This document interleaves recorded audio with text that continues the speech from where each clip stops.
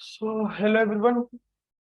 So, in last lecture, we have seen packaging of DNA, and along with that, we have also seen semi-conservative replication, mechanism of replication. Now, we want to talk about is the next part, that is the third lecture for the molecular basis of inheritance. That is confirmation that semi-conservative nature of replication होता है DNA में, उसके बारे में हम बात करेंगे. So, we are going to have an experimental confirmation. अब एक्सपेरिमेंटल कंफर्मेशन पर्टिकुलरली किसने दिया था उसके बारे में पहले बात करते हैं. This experimental confirmation was given by two scientist जिनका नाम था मेसेल्सन और दूसरे थे मैथ्यू मेसेल्सन और दूसरे थे स्टाल. सो इन दोनों ने पर्टिकुलरली एक एक्सपेरिमेंट किया था which was particularly based on centrifugation. किस चीज पे बेस्ड था? Centrifugation. And one more thing, it was based on centrifugation and density gradient. इस चीज पे उन्होंने एक्सपेरिमेंट किया. ठीक है, डेंसिटी ग्रेडियंट. इन दो पर्टिकुलरली फिनोमिना का यूज उन्होंने किया था and they particularly performed the experiment to particularly prove that the DNA replication. They proved what? DNA replication. DNA replication was particularly having semi conservative nature. क्या बोल रहा हूँ? Semi conservative. अब semi conservative यानी कि एक और बार बता देता हूँ कि क्या होता है. सेमी यानी कि क्या होता है? 50% और हाफ. 50% ऑफ और लेट्स से हाफ. और कंजर्वेटिव यानी कि कंजर्व किया यानी कि बचाया. तो देखो, हमें एक आइडिया थी पहले से कि जो हमारा डीएनए है, या फिर हम जो कल पढ़े भी, कि हमारा जो डीएनए है इसमें दो स्ट्रैंड्स. कितने स्ट्रैंड्स होते हैं डीएनए में? दो स्ट्रैंड्स होते हैं. अब जब वो रेप्लिकेट करेगा तो उसमें से एक स्ट्रैंड यहाँ पे देखो चलिए, जिसपे हम पर्टिकुलरली क्या करेंगे? दूसरी स्ट्रैंड बनाने वाले. सो लेट्स से व्हाइट में हमारी पुरानी स्ट्रैंड थी और उसके ऊपर हमने एक ग्रीन कलर में दूसरी स्ट्रैंड बना दिया. तो देखो, ये जो डीएनए मॉलिक्यूल बना उसमें एक व्हाइट स्ट्रैंड जो थी पुरानी वाली थी और उस पर ग्रीन वाली हमने नहीं बनाई. यही उससे एक और डीएनए कॉपी बनता है, एक और डीएनए कॉपी बनेगा जिसमें व्हाइट वाला डीएनए पर्टिकुलरली क्या हो गया? व्हाइट स्ट्रैंड जो थी हमने पुरानी वाली यूज की और उसके ऊपर देखो ग्रीन वाली हमने दूसरी बना रखी है, जो डेपिक्ट कर रहा है कि कोई भी एक डीएनए पकड़ लो, ये वाला डीएनए ले लो या फिर ये वाला डीएनए ले लो, इसमें एक स्ट्रैंड पैरेंट डीएनए से आई है और दूसरी स्ट्रैंड हमने बनाई है. सो 50% of the material inside this DNA is conserved from the parent. यही था वो पर्टिकुलरली क्या सेमी कंजर्वेटिव नेचर.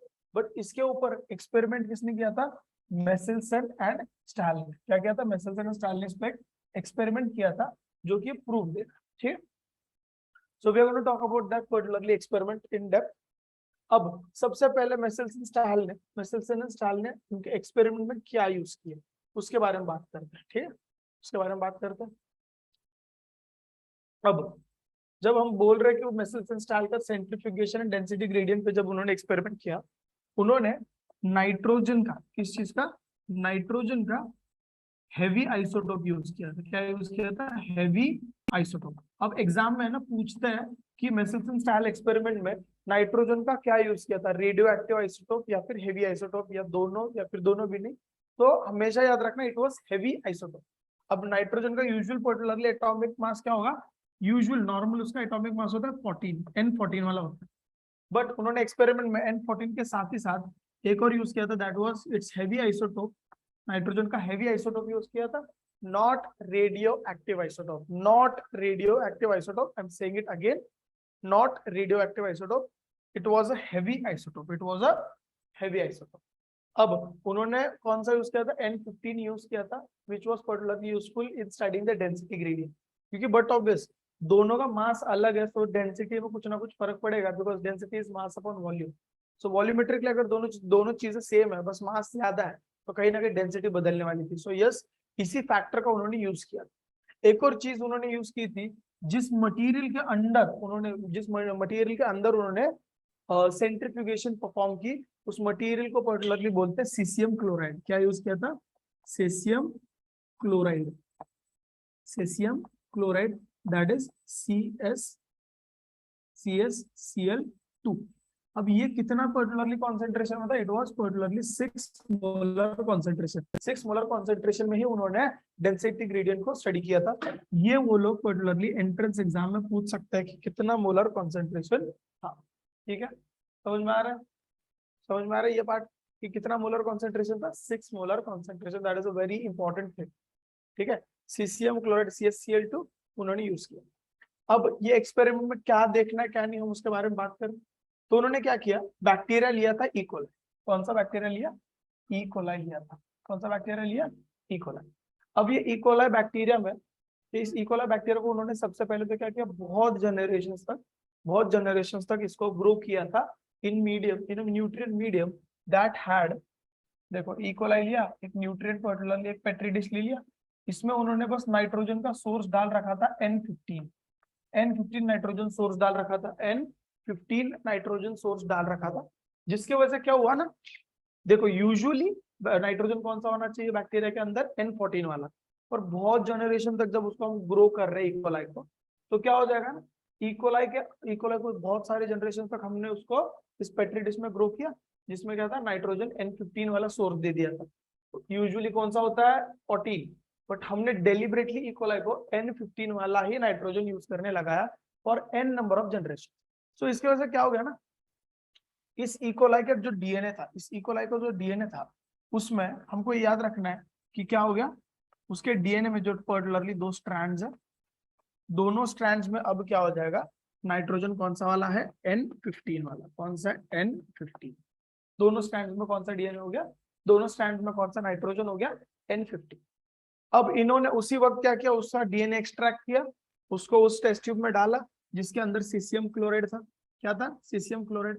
और उन्होंने सेंट्रीफ्यूगेशन के डिवाइस पर उसको जोर जोर से रोटेट किया। क्या किया, जोर जोर से रोटेट किया। अब ये मटेरियल पर्टिकुलरली हैवी होने के कारण, क्योंकि दोनों स्ट्रैंड्स हैवी नाइट्रोजन से बनी थी, दोनों स्ट्रैंड्स हैवी नाइट्रोजन से बनी थी, सो क्या हो गया ना, वो पर्टिकुलरली, अभी देखो समझो, ये एक एक्सिस है और इसके अराउंड हमने टेस्ट ट्यूब को इधर अटैच कर दिया और वो जोर जोर से घुमा रहा है। तो टेस्ट ट्यूब क्या होगी ना, ऐसे टेढ़ी घूमते रहेगी, ऐसे टेढ़ी घूमते रहेगी। So what will happen, the mass in that substance, caesium chloride पूरे ट्यूब में भरा था और उसमें हमने डीएनए सैंपल डाल दिया था। कौन से, ऐसे इकोलाई का जो बहुत जनरेशन तक N15 में ग्रो हो रहा था। तो वो जोर जोर से घूम रहा है। So what will happen, that particularly substance which have higher density will move farther away, बहुत दूर दूर जाएगा। तो सेंट्रीफ्यूगेशन फोर्स की वजह से वो मटेरियल सारा एक ऐसे लेवल पे जाकर रुक जाएगा जहां पे वो बनाएगा एक बैंड। क्या बना रहा है वो, बैंड, एक हैवी बैंड बना।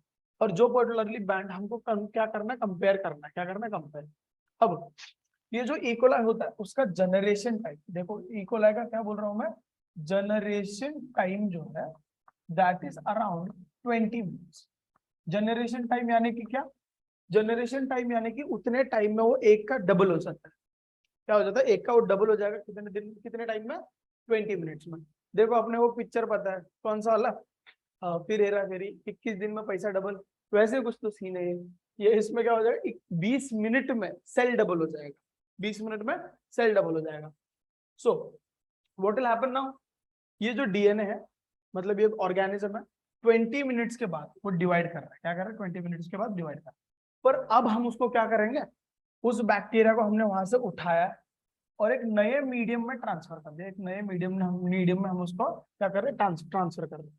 सो इसका फायदा क्या हो जाएगा, ध्यान दो, इसका फायदा क्या हो जाएगा।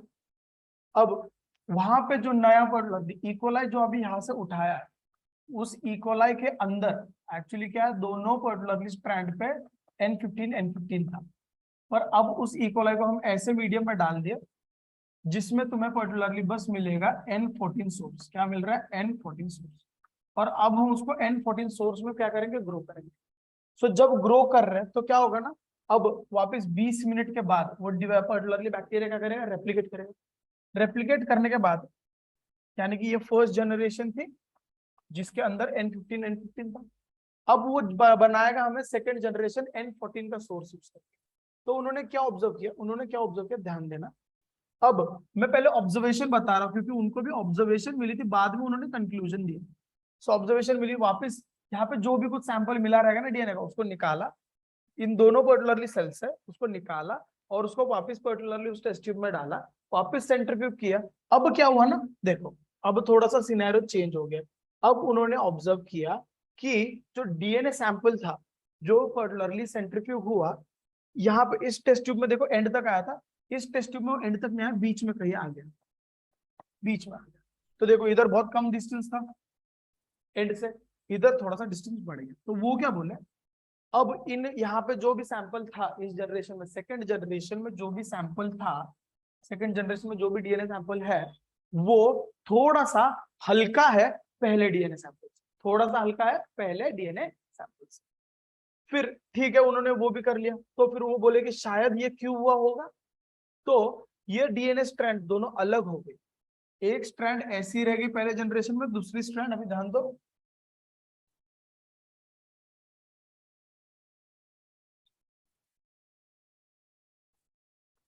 और ये स्ट्रैंड किससे बनी थी, देखो ध्यान देना, ये स्ट्रैंड कैसे बनी थी, ये क्या कैरी कर रहा है N15, ये स्ट्रैंड क्या कैरी कर रहा था, क्योंकि यहाँ से वो कैरी हुआ है नेक्स्ट जनरेशन में। दूसरी स्ट्रैंड जो दूसरे सेल में चली गई होगी वो भी क्या कर रही होगी, कैरी N15, क्या कर रही होगी N15। और उस पे हमने, यानी कि उस बैक्टीरिया ने एक नई स्ट्रैंड बनाई, क्या बनाई, एक नई स्ट्रैंड बनाई जो कि क्या कैरी करेगी N14। यानी कि देखो सोर्स N14 अवेलेबल था, इसलिए सोर्स N14 अवेलेबल था, इसलिए एक स्ट्रैंड हल्की वाली हल्के नाइट्रोजन से बनी और एक स्ट्रैंड हेवी नाइट्रोजन से थी बनी हुई, क्योंकि वो स्ट्रैंड कंटिन्यू हुई नेक्स्ट जनरेशन। ठीक है, बस यही हुआ, सेमी कंजर्वेटिव नेचर हुआ। एक स्ट्रैंड हमने यूज की दूसरी स्ट्रैंड बनाने के लिए, पर बनाते वक्त नया नाइट्रोजन सोर्स था, दैट वाज N14। तो इस यहाँ पे भी इस डीएनए में भी वही हुआ होगा, एक नया स्ट्रैंड बना, क्या बना, एक नया स्ट्रैंड बना जिसमें N14 उन्होंने यूज किया, और इस पर्टिकुलर डीएनए को वो बोले हाइब्रिड डीएनए। क्या बोले, hybrid DNA, because it was carrying one strand with N15 and one strand with N14।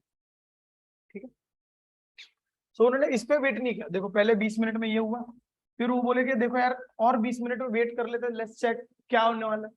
तो फिर उन्होंने और 20 मिनट वेट किया, तो सिनेरियो थोड़ा सा देखो चेंज हो गया, सिनेरियो थोड़ा सा चेंज हो गया। क्या हो रहा है अभी, उन्होंने अब वापस ऑब्जर्व किया, उन्होंने वापस ऑब्जर्व किया, देखो ध्यान देना क्या ऑब्जर्व किया, वापस उन्होंने थर्ड जनरेशन के बाद, क्या बोल रहा हूँ मैं, थर्ड जनरेशन के बाद वापस टेस्ट ट्यूब चेक की, वापस टेस्ट ट्यूब चेक की, थर्ड जनरेशन जनरेट हुई होगी, इसका डीएनए सैंपल लिया होगा, हमको पता है नहीं क्या हो रहा है, हम जस्ट प्रेडिक्ट करेंगे टेस्ट ट्यूब से, उन्होंने भी वैसे किया। सो अभी थर्ड पर्टिकुलरली थर्ड जनरेशन का सैंपल लिया उन्होंने और उसको वापस सेंट्रीफ्यूज किया, एक और जनरेशन N14 में ग्रो होने दी, एंड फिर उसका डीएनए सैंपल लिया। What they observe was that particularly जहां पे पहला बैंड बना था वहां पे अभी भी बन रहा है, बट अब एक और बैंड बन रहा है यहाँ पे जो कि पहले बैंड से भी ज्यादा हल्का है।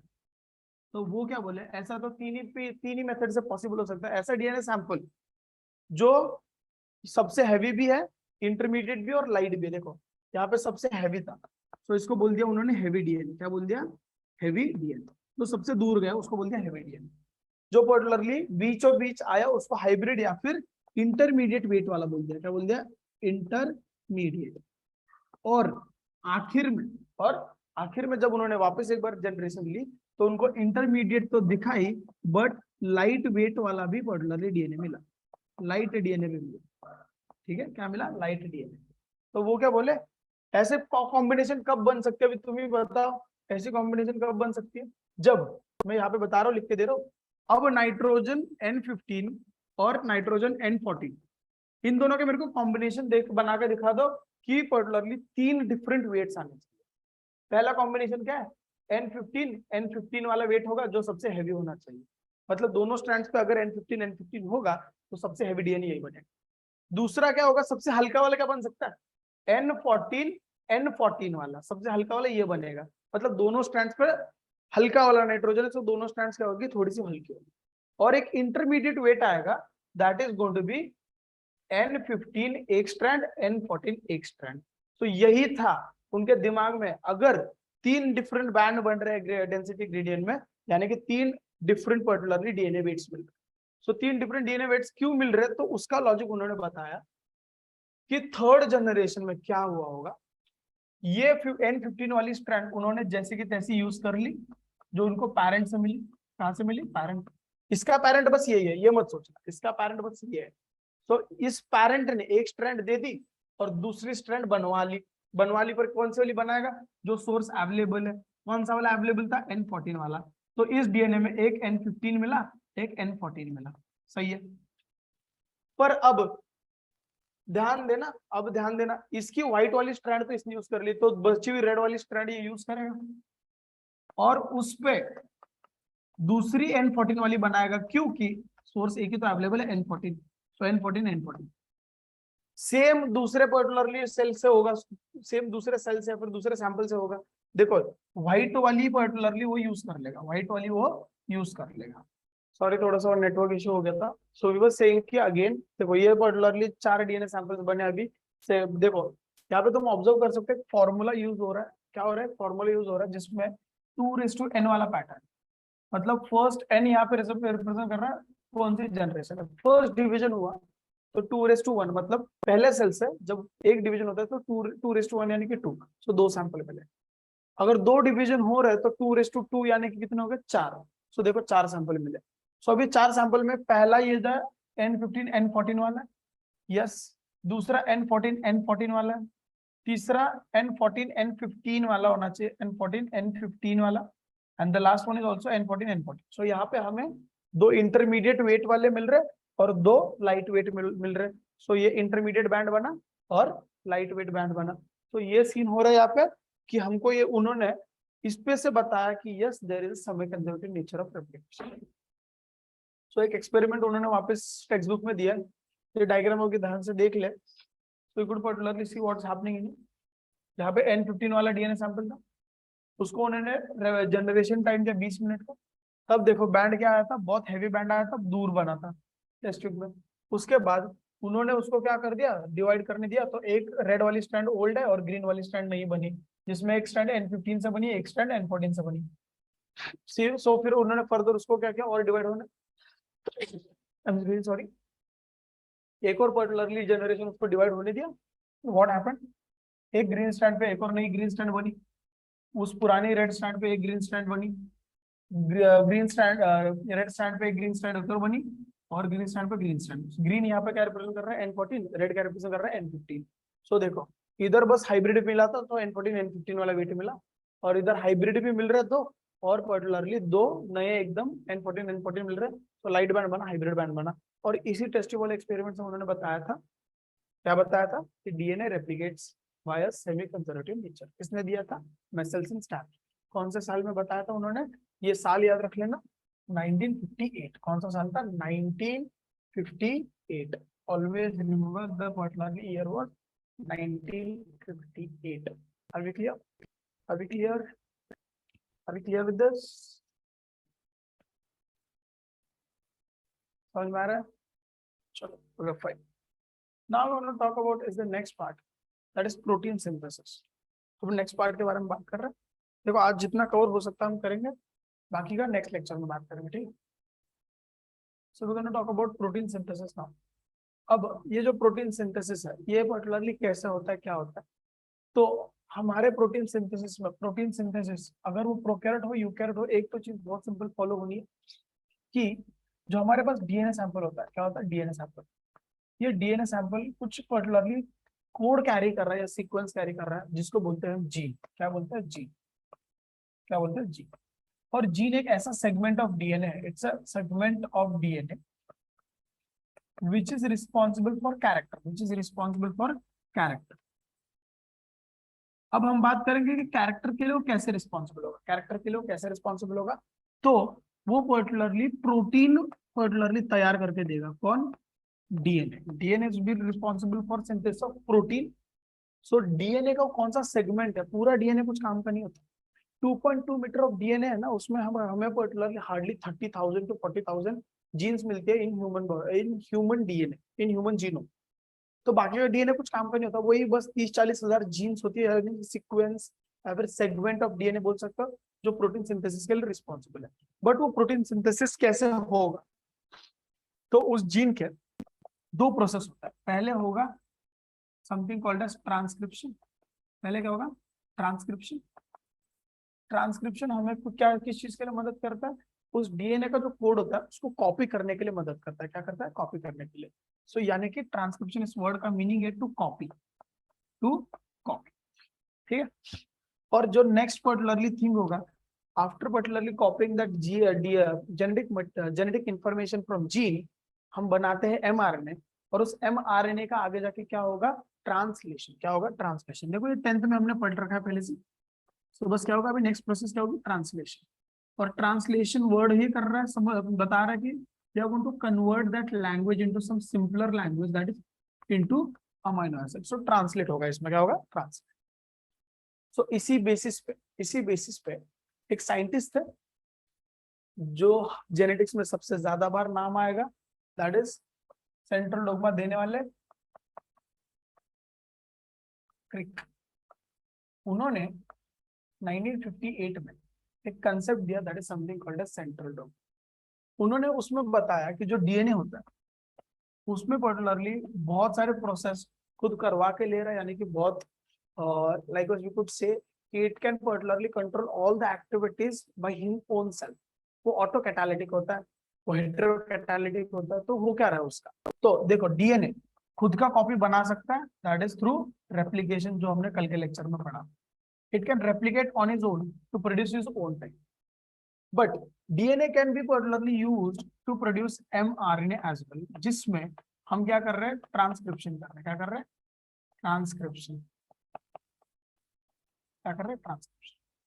फर्दर ये जो एमआरएनए है इसमें का कोड हम पर्टिकुलरली ट्रांसलेट कर सकता है, that is through translation, and the translation process will lead to particularly formation of a polypeptide. देखो बहुत सारे बुक्स है ना, वहां पे बोलेंगे कि प्रोटीन तैयार हो रहा है, बट मैं प्रोटीन डायरेक्टली बोलूंगा नहीं, मैं पॉलीपेप्टाइड बोलूंगा, बिकॉज वो पॉलीपेप्टाइड में सेकेंडरी टर्शरी क्वाटरनरी स्ट्रक्चर का मैनिपुलेशन होना जरूरी है to form protein, a functional protein. So बस अभी एक थ्रेड ऑफ अमीनो एसिड बन रही है, तो जिसे हम बोलेंगे पॉलीपेप्टाइड। ये जो प्रोसेस है, फ्लो ऑफ इंफॉर्मेशन है from DNA to polypeptide, from DNA to polypeptide. Polypeptide यानी कि sequence of amino acid, chain of amino acid, chain of amino acid. ये जो फ्लो है, that is information stored in the DNA flowing directly towards the particularly chain of amino acid, that is polypeptide. इस flow को बोला जाता है particularly central dogma. क्या बोला जाता है? Central dogma. And this was given by particularly Crick. But what happened with time, few scientists likewise two scientists were there, जिनका नाम मैं यहाँ पर लिख दे रहा हूँ, ध्यान देना। one was called as Baltimore and the second was called as particularly Temin.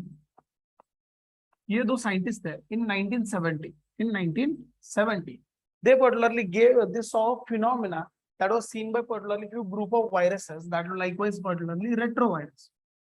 Retroviruses में उन्होंने एक फिनोमेना ऑब्जर्व किया। अभी रेट्रोवायरस में आता कौन है? As we know there is a virus which comes under retrovirus, that is HIV. HIV का फुल फॉर्म सबको पता होगा, it is human immuno deficiency virus. ये क्या कॉज कर रहा है? एड्स। क्या कॉज करता है? AIDS, that is acquired immuno deficiency syndrome. Syndrome यानी कि ग्रुप ऑफ सिम्टम्स।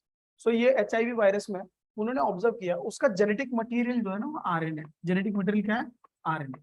पर इन्होंने बताया कि ये जो एचआईवी होता है, एचआईवी वायरस जब ह्यूमन सेल को इन्फेक्ट कर रहा है, ह्यूमन सेल को इन्फेक्ट कर रहा है, वो क्या करेगा? अपना आरएनए पहले वायरल डीएनए में कन्वर्ट कर रहा है। देखो आज तक हमने क्या सीखा? डीएनए का इंफॉर्मेशन यूज करके हम आरएनए बना रहे हैं, पर ये वायरसेस क्या करते हैं? उनका जो आरएनए होता है, उनका जो आरएनए है, उस आरएनए का यूज करके, उस आरएनए का यूज करके they are going to particularly form DNA. They are going to form DNA. Viral DNA बना रहे, पर डीएनए तो बना रहे हैं ना। सो ये जो प्रोसेस है वो उल्टा हो गया ना, ट्रांसक्रिप्शन के उल्टा। सो इस वजह से हम उसको बोल रहे हैं रिवर्स ट्रांसक्रिप्शन। क्या बोल रहे हैं? Reverse transcription. And the enzyme responsible for that is reverse transcriptase. क्या बोल रहा हूं मैंने? एंजाइम का नाम रिवर्स ट्रांसक्रिप्टेज। और इस फिनोमेना को एक और नाम है, रिवर्स ट्रांसक्रिप्शन के फिनोमेना को एक और नाम दिया जाता है, that is called as teminism. क्या बोला मैंने? टेमिनिज्म। कौन सा फिनोमेना बोला इसको हमने? टेमिनिज्म। कौन सा फिनोमेना बता रहा हूँ? Teminism. Are we clear? Are we clear with this part? चलो कूल। सो ये देख लो, प्रोटीन सिंथेसिस का मैंने ग्लांस दिया अभी। अब हम बात करेंगे with the first process that is called as transcription, that will be particularly the target for the night. हम ट्रांसक्रिप्शन में पर्टिकुलरली बात करेंगे and we are going to finish. ठीक है, अब ध्यान दो, अब ट्रांसक्रिप्शन में हम इतना तो सीख गए कि ये जो पर्टिकुलरली डीएनए है, डीएनए से हम पर्टिकुलरली इंफॉर्मेशन यूज करेंगे और बनाएंगे एमआरएनए। क्या बनाएंगे? एमआरएनए। पर ये हो रहा कैसे, ये प्रोसेस होगी कैसे? ट्रांसक्रिप्शन। ट्रांसक्रिप्शन में हमारा एम क्या है? We are going to particularly use DNA to form RNA.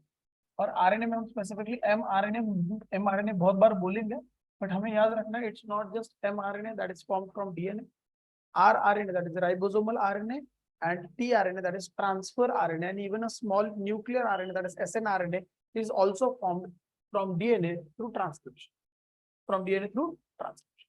So अब हम बात करेंगे, जब ये बात कर रहे हैं डीएनए टू एमआरएनए बना, तो हम इसमें है ना कुछ चीजों के बारे में बात करना बहुत जरूरी समझते हैं। जैसे कि इस कंसेप्ट के बारे में हम बात करते हैं, जैसे जीन। अब जीन क्या है? जैसे मैंने बोला था कि gene is a segment of DNA that is responsible for protein synthesis and all. तो इस पे है ना सेमूर बेंजर नाम के एक साइंटिस्ट है। कौन थे? सेमूर बेंजर।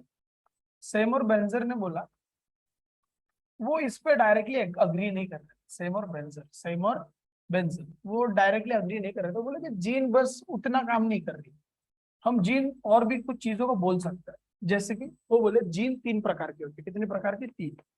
पहले टाइप ऑफ जीन को बोलते हैं सिस्ट्रॉन। क्या बोलते हैं? सिस्ट्रॉन। दूसरे टाइप के जीन को बोलते हैं म्यूटॉन, और लास्ट थर्ड टाइप के पर्टिकुलरली जीन को बोलेंगे रिकॉन। उन्होंने ये बताया। सो 3 प्रकार के जीन एग्जिस्ट करते हैं, सिस्ट्रॉन, म्यूटॉन एंड रिकॉन। सिस्ट्रॉन जो होता है, cistron it is responsible for, it is the one which is responsible for polypeptide. Her type की जीन रिस्पॉन्सिबल नहीं होती, बस सिस्ट्रॉन जो होगी वही रिस्पॉन्सिबल है फॉर सिंथेसिस ऑफ पॉलीपेप्टाइड। तो म्यूटॉन क्या है? म्यूटॉन ये ऐसा सीक्वेंस है डीएनए का, या ऐसी जीन है जिसका होता है म्यूटेशन। क्या होता है? म्यूटेशन। ठीक है, इसका क्या होता है? Mutation. And third that is recon is the type of gene where you are going to find is a gene where you are going to find only one thing to be occurring, that is recombination. So recombination अगर तुम्हें याद होगा तो particularly वो हम कहाँ पे पढ़े थे? 11वीं में पढ़ते हैं, जिसके जहाँ पे जिसमें बताया गया है कि जो हमारा जो नॉन सिस्टर क्रोमैटिड्स होता है उनके बीच में है ना एक एक्सचेंज होगा जेनेटिक मटेरियल का, मतलब इसका पीस इस पे चला जाएगा, इसका पीस टूट के इस पे आ जाएगा। सो रिकॉम्बिनेशन होता है ना। सो जो पॉइंट है जहां पे रिकॉम्बिनेशन यानी कि कट बैठ रहा है, वो जो सेगमेंट ऑफ डीएनए होगा वो एक जीन होगी जिसको बोलते हैं रिकॉन। तो सेमोर बेंजर ने बताया। सो इसी बेसिस पे हम जब बोल रहे हैं कि ट्रांसक्रिप्शन होगा किसका, क्वेश्चन कम्स कि ट्रांसक्रिप्शन होगा किसका? Cistron, muton, recon. तो हमें पता है ट्रांसक्रिप्शन करने के लिए ट्रांसक्रिप्शन करेंगे, ट्रांसलेशन करेंगे, क्या मिलना है? पॉलीपेप्टाइड। सो पॉलीपेप्टाइड अगर मिलने वाला होगा तो हम ट्रांसक्रिप्शन किसका करता है? सिस्ट्रॉन का, not muton and recon, not muton and recon. So अब ध्यान दो, मैं रेज कर रहा हूँ अब। सो जब हम सिस्ट्रॉन के बारे में बात कर रहे हैं तो समझ लीजिए ये एक डीएनए, ये एक डीएनए, ये डीएनए। अगर इसका हमने किया शुरुआत में ट्रांसक्रिप्शन, क्या किया? ट्रांसक्रिप्शन। ट्रांसक्रिप्शन करने के बाद समझ लो कुछ एक एमआरएनए आ गया। ये क्या है? एक एमआरएनए आ गया। और इस एमआरएनए की वजह से बस अगर मुझे एक पॉलीपेप्टाइड मिली, एक पॉलीपेप्टाइड अगर बना, एक ही टाइप की पॉलीपेप्टाइड अगर बनी, तो इस जीन को, इस सिस्ट्रॉन को मैं बोल दूंगा मोनोसिस्ट्रॉनिक जीन। क्या बोल दिया मैंने? Monocistronic gene. ठीक, इसको बोल दिया मैंने monocistronic gene. But on the other hand, when we are talking about a DNA sequence, जिसका हम पर्टिकुलरली क्या करेंगे? ट्रांसक्रिप्शन करेंगे। क्या करेंगे? ट्रांसक्रिप्शन। उससे बना एक एमआरएनए। क्या बना? एमआरएनए। और जब ये एमआरएनए का क्या होगा? ट्रांसलेशन होगा। क्या होगा? ट्रांसलेशन। और ट्रांसलेशन होने के बाद अगर मुझे पर्टिकुलरली मोर देन, देखो ध्यान दो मैं क्या बोल रहा हूँ, मोर देन वन पेप्टाइड अगर मिल रहा है, वन पेप्टाइड अगर मिल रहा है, more than one type of peptide मैं बोल रहा हूँ, more than one type of peptide, तब इस जीन को मैं बोलूंगा पॉलीसिस्ट्रॉनिक जीन। अब क्वेश्चन नीट में पूछ सकते हैं, नीट सीट में पूछ सकते हैं कि मोनोसिस्ट्रॉनिक किसमें कॉमन है, पॉलीसिस्ट्रॉनिक किसमें कॉमन है। तो ध्यान देना, तुम्हें मोनोसिस्ट्रॉनिक जीन जो होती है वो मिलेगी यूकैरियोट्स में। कहाँ पे मिलेगी? यूकैरियोट्स। यहाँ पे मिलेगा यूकैरियोट्स में कॉमन है, that is monocistronic gene is present in eukaryotes, whereas the polycystonic genes are present in prokaryotes। किसमें मिलेगा? प्रोकैरियोट्स। याद रहेगा ये बात? याद रहेगा ये बात? So yes, there is a segment of DNA when it is responsible for only one peptide, it will be called as monocystonic gene. And when there is a gene that is responsible for more than one type of polypeptide, that gene will be called as polycystonic gene। ये मिलता है eukaryotes में, ये मिलेगा prokaryotes में। ये समझ में आ गया? ये समझ में आ गया? Now we'll talk about what is transcription, its process। So सबसे पहले यहाँ पे एक वर्ड आया, सबसे पहले यहाँ पे वर्ड आया, that is transcription unit। क्या वर्ड आ रहा है? Transcription unit. So let's talk about what do you mean by transcription unit। Transcription unit एक ऐसा सीक्वेंस है डीएनए का जिसमें हमें 3 पार्ट्स मिलते हैं। कितने पार्ट्स मिलते हैं? 3। देखो, पहला है प्रमोटर। पहला क्या है? प्रमोटर। पहला क्या होगा? प्रमोटर। ठीक है। दूसरा सीक्वेंस होता है, दूसरा पार्ट होता है जिसको बीच वाला पार्ट दिख रहा है, उसको बोलते हैं स्ट्रक्चरल जीन। क्या बोल रहा हूं मैं? Structural gene. And the last part which will be called as termination codon. क्या बोल रहा हूँ? सॉरी, टर्मिनेशन कोडॉन बोल रहा हूँ, I am really sorry. Terminator बोलते हैं उसको। क्या बोलते हैं? टर्म। अब हम पर्टिकुलरली कैसे डिसाइड करेंगे कौन प्रमोटर, कौन स्ट्रक्चरल जीन और कौन टर्मिनेटर? तो उसके बारे में इमेजिन कर लो, ध्यान देना, मैं बता रहा हूँ ना, इस पे ध्यान ध्यान रखना। समझ लो एक डीएनए, ये एक डीएनए सैंपल है, ये एक डीएनए सैंपल है। इसका यहाँ पे है ना पर्टिकुलरली, देखो ध्यान देना, ये 3' एंड है। इसका क्या होगा? 3'। तो ऐसे नहीं, तो बता रहा हूँ थोड़ा सा इजी करने के लिए ना, तुमको समझाने के लिए। इस नीचे वाली स्ट्रैंड को मैंने कर लिया 3', ऊपर वाली को कर लिया 5'। अब ये स्ट्रैंड देखो, यहाँ से ऐसे ऐसे गई है, यहाँ पे आ गई, यहाँ पे बन गया 5'। ये 5' होगी तो ये ऊपर वाली क्या हो गया? अभी 3'। अब इस साइड भी 3' है, इस साइड भी 3' है, इस साइड भी 5' है, इस साइड भी 5' है। अब कैसे डिसाइड करें कि कौन सा एंड शुरू का एंड है जहां से हमें ट्रांसक्रिप्शन शुरू करना है, और कौन सा एंड दूसरा एंड है जहां पे हमें ट्रांसक्रिप्शन खत्म करना है? तो एक यूनिक सीक्वेंस होता है इस प्रमोटर में। अगर मुझे इस साइड में, अगर इस साइड में डीएनए, मुझे एक यूनिक सीक्वेंस मिल जाए, हम जिसे बोलते हैं टाटा बॉक्स। क्या बोलते हैं जिसे? TATA box. टाटा बॉक्स यानी कि थाइमिन एडेनिन, थाइमिन एडेनिन का sequence. Thymine adenine, thymine adenine का सीक्वेंस जो हम बायोमोलिक्यूल्स में पढ़ रखे हैं। थाइमिन क्या होता है, एडेनिन क्या होता है, न्यूक्लियोटाइड क्या होता है। तो ये जो टाटा बॉक्स अगर हमें इस एंड पे मिल गया तो ये हो गया हमारा प्रमोटर सीक्वेंस। और फिर जो अपोजिट एंड हो जाता है that became the terminator sequence. So देखो, हमें 3 चीजें मिलती है इसमें, promoter, promoter, structural gene and terminator. चलो, अब इसमें से अभी 2 स्ट्रैंड्स है, जिसका इधर 3' एंड है, इसका इधर पर्टिकुलरली 5' एंड है, इधर ऊपर 3' है, इधर 5' है। अभी कौन सी स्ट्रैंड हम यूज करेंगे? बिकॉज 2 स्ट्रैंड अवेलेबल है। कितने स्ट्रैंड्स अवेलेबल है हमारे पास? ये देखो, इधर ये ऊपर वाली पर्पल दिख रही है, इधर ग्रीन दिख रही है, पर इस साइड में प्रमोटर बोल दिया, इस साइड में टर्मिनेटर बोल दिया। तो शुरू तो हम यहाँ से कर रहे हैं, पर कौन सा स्ट्रैंड का करेंगे? वो पर्टिकुलरली डिपेंड करता है हमारे एंजाइम पे। जो एंजाइम का नाम होता है, देखो ध्यान देना, ट्रांसक्रिप्शन करने वाले एंजाइम का नाम बहुत पेचीदा, पेचीदा भी है, मजेदार है। हम क्या बनाने वाले? आरएनए। तो एंजाइम का नाम देखो, आरएनए। क्या बना रहे हैं? आरएनए बना रहे हैं। तो एंजाइम का नाम है आरएनए पॉलीमरेज। क्या नाम है? RNA polymerase. बट वो डीएनए को देख के, डीएनए का एक स्ट्रैंड यूज करेगा, फिर आरएनए बनाएगा। सो डीएनए पे डिपेंड है ना। सो एंजाइम का नाम हो गया DNA dependent, DNA dependent RNA polymerase. ये उस एंजाइम का नाम, ये उस एंजाइम का नाम है क्या? DNA dependent RNA polymerase. अब ये जो एंजाइम है ना, ये एंजाइम क्या करती है? ध्यान से सुनना, ये एंजाइम क्या कर रही है? ये एंजाइम क्या करेगी?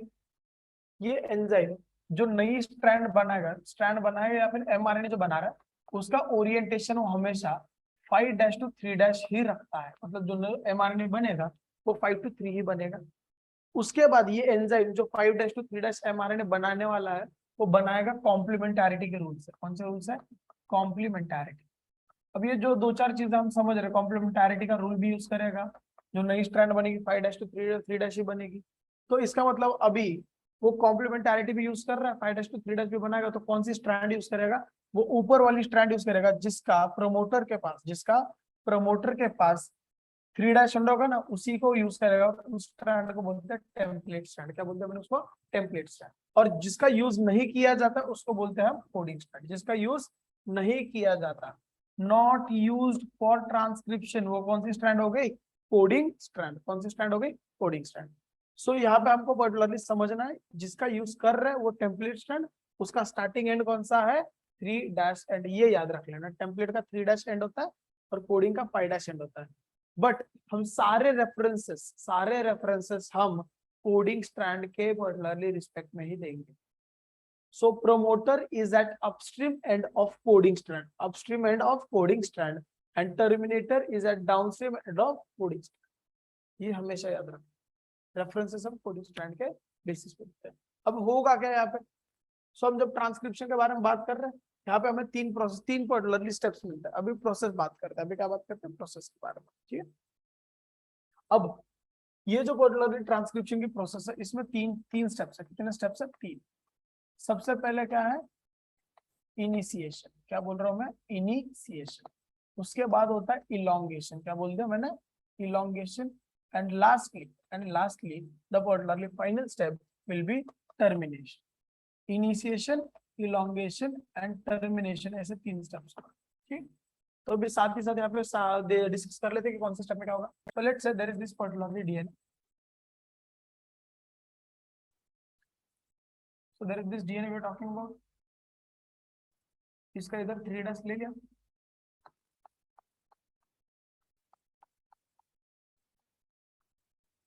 तो ये स्ट्रैंड यहाँ पे थ्री डैश था, इधर उधर घूमते इधर ऊपर चली गई फाइव डैश। तो ये होगी फाइव, ये हो गया फाइव डैश, तो उसका ये हो गया थ्री डैश। ठीक है, सही है।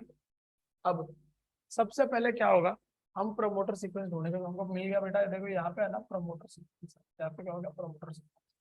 तो अब इसमें की कौन सी स्ट्रैंड प्रमोटर सीक्वेंस के पास जिसका थ्री डैश या फिर थ्री प्राइम एंड होगा, वो होगी हमारी पर्टिकुलरली कौन सी स्ट्रैंड? Template strand. और प्रमोटर के पास जिसका फाइव डैश एंड होगा, वो हो गई हमारी कोडिंग स्ट्रैंड। सो हमको पता चल रहा है कि यहाँ पे हमारी कौन सी स्ट्रैंड? टेम्पलेट स्ट्रैंड है। देखो उसको मैं क्या कर रहा हूँ, कुछ और कलर दे देता हूँ, उसको मैं कुछ और कलर दे दूँ, ब्राइट रेड दे देते। चलो क्या देते? Bright red. So I just particularly रब that single line.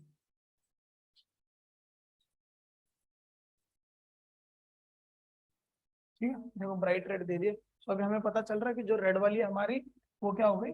Template strand हो गई। क्या हो गई? टेम्पलेट। क्यों उसको टेम्पलेट बोल रहा हूँ? बिकॉज उस स्ट्रैंड का थ्री डैश एंड प्रमोटर के पास है, तो वो हमारी टेम्पलेट स्ट्रैंड होगी। अब शुरू कैसे होगा? यहाँ पे सबसे पहले आएगा हमारा पर्टिकुलरली एंजाइम, जो पर्टिकुलरली उस हेलिक्स को ओपन करेगा। क्या करेगा? हेलिक्स को ओपन करेगा। सो कुछ बुक्स में दिया जाता है इनिशिएशन में, कुछ बुक्स में ऐसे देंगे कि there is going to be involvement of an enzyme helicase. सबसे पहले कौन सी एंजाइम आएगी? हेलिकेज। और कुछ बुक्स बोल देता है वो खुद एंजाइम ही है। कौन सी? पहली आरएनए पॉलीमरेज, जो क्या करेगी वहां पे प्रमोटर सीक्वेंस पे क्या करेगी? अटैच होगी। प्रमोटर सीक्वेंस पे अटैच होगी और उस डीएनए को क्या कर देगी? जो स्ट्रक्चरल जीन वाला रीजन, क्योंकि यहाँ पे देखो टर्मिनेशन है, यहाँ पे क्या है? टर्मिनेशन। तो बीच का जो रीजन है उसको स्ट्रक्चरल रीजन बोलते हैं, स्ट्रक्चरल जीन वाला रीजन। कौन सा रीजन? स्ट्रक्चरल जीन वाला। उसको वो एंजाइम क्या करेगी? कौन? हेलिकेज, या फिर खुद देखो पहले हेलिकेज आएगी फिर आरएनए पॉलीमरेज आएगी, या फिर डायरेक्टली आरएनए पॉलीमरेज आएगी, ऐसा बताया जाता है, जो उस रीजन को क्या करेगी? वाइड ओपन करेगी। तो नेक्स्ट स्टेप में क्या हो रहा है? ध्यान देना। नेक्स्ट स्टेप में ऐसा हो गया कि पूरा सीक्वेंस हमने खोल लिया,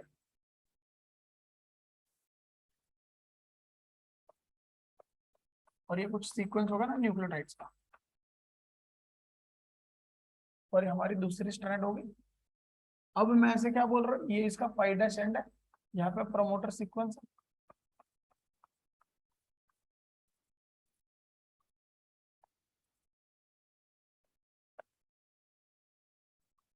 अब प्रमोटर सीक्वेंस के पास रेड वाले स्ट्रैंड का थ्री डैश एंड था, तो ऊपर वाली हमारी पक्की हो गई है कि कौन सी स्ट्रैंड है?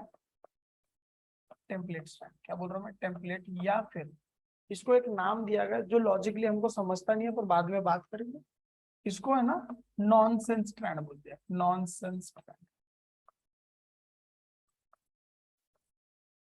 नॉनसेंस स्ट्रैंड बोलते हैं या फिर एंटीसेंस बोलते हैं, नॉनसेंस या फिर एंटीसेंस। ठीक। अब इस पे एक रैंडम सीक्वेंस में जानबूझ के ले रहा हूँ, A T T G G C U तो यू तो नहीं आएगा, सॉरी, बिकॉज डीएन है ना, ए टी सी जी एक रैंडम सीक्वेंस के लिए। तो उसकी वजह से इसका अगर ये सीक्वेंस है तो अपने को पता है कि नीचे वाली जो स्ट्रैंड है कौन सी हमारी particularly with strand coding strand, इस पे सीक्वेंस क्या आएगा कॉम्प्लीमेंट्री। ए के लिए टी आ गया, टी के लिए ए आ गया, वापस ए सी सी जी, ए के लिए ऑफिस टी, फिर टी के लिए यहाँ पे आगे ए, सी के लिए जी और जी के लिए सी। सो दोनों स्ट्रैंड्स एक दूसरे को कॉम्प्लीमेंट्री है, हमें पता चलेगा। अब क्या होगा, यहाँ पे अभी इनिशिएशन हो गया, हमने उसको पर्टिकुलरली ओपन कर लिया ना, तो यहाँ पे हो गया इनिशिएशन। कैसे, अब वहां पे हमें पार्ट नेक्स्ट बात करना कि इलॉन्गेशन प्रोसेस में क्या होगा। तो प्रोमोटर सीक्वेंस पे ऊपर वाले स्ट्रैंड पे हमारी एक एंजाइम आके रुक गई है। ये एंजाइम का नाम क्या, ये एंजाइम होगी हमारी डीएनए डिपेंडेंट आरएनए पॉलीमरेज। क्या बोल दिया मैंने, डीएनए डिपेंडेंट आरएनए पॉलीमरेज।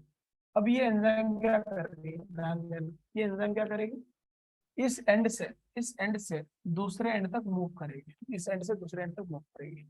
सो जब वो मूव कर रही है, जब वो मूव करेगी, समझो यहाँ से वो यहाँ पे आ गई, या फिर नेक्स्ट डायग्राम में हम बात करेंगे, धीरे धीरे आगे बढ़ रही है, तो वो क्या करेगी, वो दूसरे एंड तक मूव करेगी। सो अभी वो पर्टिकुलरली डायग्राम फिर से बना रहा हूँ मैं, ध्यान देना, ये डायग्राम यहाँ पे अभी कंटिन्यू कर रहा हूँ मैं। सो नीचे वाली स्ट्रैंड का कुछ है नहीं इतना लॉजिक, नीचे वाली स्ट्रैंड का कुछ है नहीं इतना logic, because it's a coding strand. तो उसका सीक्वेंस तो होगा कुछ, बाद में देख लेते हैं। जो हमारा जो इंपॉर्टेंट स्टैंड था, कौन सा टेम्पलेट स्टैंड, कौन सा टेम्पलेट स्टैंड, उसका सीक्वेंस देख लेते हैं एक बार फिर से। क्या सीक्वेंस था, A T T G G C A T C G और सी। अब वो एंजाइम यहाँ से निकली थी, जहाँ पे ये कौन सा एंड था, 3' एंड था, ये हो गया 5' एंड, ये हो गया हमारा पर्टिकुलरली 3' एंड, और ये हो गया 5' एंड। अब लेट से वो जो एंजाइम थी हमारी, वो जो एंजाइम थी यहाँ से निकल के यहाँ तक आके पहुंच गई, यहाँ पहुंच गई वो एंजाइम, पहुंच गई, घूम घूम के आ गई हो। अब उसके पास एक लॉन्ग लेंदी पॉलीमर अटैच रहेगा, and that will be your mRNA, that will be your mRNA। But ये mRNA हम बोलेंगे कब, mRNA बोलेंगे कब, जब वो प्रोकैरियोट में हो रहा है। यूकैरियोट में बोलेंगे तो उसको mRNA नहीं बोलेंगे, उसको hnRNA बोलेंगे, यानी कि हेटेरोजीनस आरएनए। क्या बोलेंगे, हेटेरोजीनस आरएनए। सो ठीक है भाई, mRNA बना, अभी के लिए बोल देते हैं mRNA। तो mRNA का कौन सा एंड बनेगा, 5' एंड, क्योंकि मैंने पहले स्लाइड में बताया आरएनए पॉलीमरेज शुरू कौन से एंड से कर दिया, 5' एंड से, और खत्म कौन से एंड पे कर दिया, 3'। सो आरएनए जो बनेगा वो 5' से 3' बनेगा। सो यहाँ पे क्या होगा, हमारे पास पर्टिकुलरली कॉम्प्लीमेंटेशन का रूल फॉलो करेंगे। ए के कॉम्प्लीमेंट्री क्या बनेगा, ए के कॉम्प्लीमेंट्री क्या होना चाहिए, टी। बट आरएनए बना है, क्या बना है, आरएनए, mRNA बना है, तो यहाँ पे कॉम्प्लीमेंट्री रूल के अनुसार यहाँ पे क्या होना चाहिए, यू। टी के लिए तो ए आ गया, वापिस टी के लिए क्या आ जाएगा, ए। जी के लिए क्या होगा, सी, वापिस सी जी। ए के लिए क्या बनेगा, टी लेंगे क्या, नहीं, अभी वापस लेंगे यू। ये टी है तो यहाँ पे वापस से क्या आएगा, ए। ये सी है तो यहाँ पे क्या आएगा, जी। जी है तो सी है तो जी। सो ये हमारा एक सीक्वेंस बन गया mRNA का। सो ये जब हमारी एंजाइम इस एंड से दूसरे एंड तक जा रही है, तो हमने ये जो प्रोसेस कौन सी, ट्रांसक्रिप्शन की, कहाँ होगी, ये तो हमें पर्टिकुलर दिमाग में नहीं आया, कहाँ होनी चाहिए तुम ही बता दो, तुम्हारे दिमाग में आ रही होगी तो, जहाँ पे डीएनए होगा। So you need to tell me कि पर्टिकुलरली डीएनए कहाँ होता है, डीएनए कहाँ पे मिलेगा, डीएनए कहाँ पे मिलेगा पर्टिकुलरली। ये जो डीएनए हम बात कर रहे हैं, ये जो डीएनए हम बात कर रहे हैं जिसकी ट्रांसक्रिप्शन होगा, ये ट्रांसक्रिप्शन हमेशा याद रखना कहाँ पे होगा, इनसाइड द न्यूक्लियस। कहाँ होगा, inside the nucleus. But obvious because DNA वहीं पे, डीएनए वहीं पे, तो हम वहीं पे बात करेंगे। Hold second.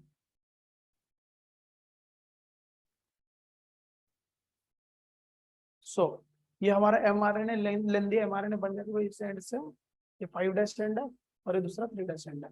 अब वो एंजाइम जब टर्मिनेटर तक पहुंच जाती है, क्या होगा, अब हो जाएगा मेथड स्टॉप। क्या हो जाएगा, मेथड स्टॉप। और यहाँ पे जाके जब मेथड स्टॉप हो रहा है, मेथड स्टॉप हो रहा है, तो क्या होगा, your particularly mRNA will detach, then enzyme will come out, and the DNA gyrase enzyme, finally बता रहा हूँ, DNA gyrase enzyme, DNA gyrase enzyme will recoil that particularly open DNA into its helical form। वापिस उसको recoil कर देगा, समझ में आ गया। वापिस उसको क्या कर देगा, रिकॉइल। आई थिंक ये हमने पार्ट पूरा समझ गया और इसको बोलते हैं टर्मिनेशन। अब एक एडिशनल पार्ट में तुमको जाते जाते बता दूंगा। I think we should end the topic now because बहुत ज्यादा मटेरियल हो गया इसमें। हम कल क्या देखेंगे उसके बारे में थोड़ी सी आइडिया पहले दे देते हैं।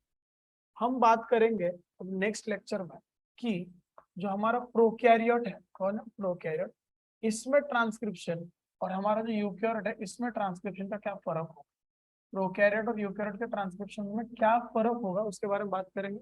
क्योंकि क्या होता है ना, प्रोकैरियोट में जब हम डीएनए का ट्रांसक्रिप्शन कर रहे हैं हमें सीधी तरह डायरेक्ट मिल रहा है एमआरएनए, क्या मिल रहा है एमआरएनए। पर जब यूकैरियोट्स में हम बात करते हैं डीएनए का जब ट्रांसक्रिप्शन करता है एमआरएनए नहीं मिलता, एचएनआरएनए मिलता। और वो एचएनआरएनए को हम क्या करेंगे, प्रोसेस करेंगे to make it into mRNA, to make it into mRNA. So hnRNA that is heterogenous RNA क्यों बना, इसके बारे में हम बात करेंगे इनटू द नेक्स्ट लेक्चर। उसका रीजन एचएनआरएनए क्यों बना, उसका रीजन पूरा सो डीएनए में, क्योंकि डीएनए में एक फिनोमेना मिलेगा जो हम कल वापस बात करने वाले हैं, something called as split genes. क्या है, स्प्लिट जीन्स। ठीक है, कल यानी कि नेक्स्ट लेक्चर में हम बात करेंगे। चलो, so I hope everyone got the particularly understanding of this lecture.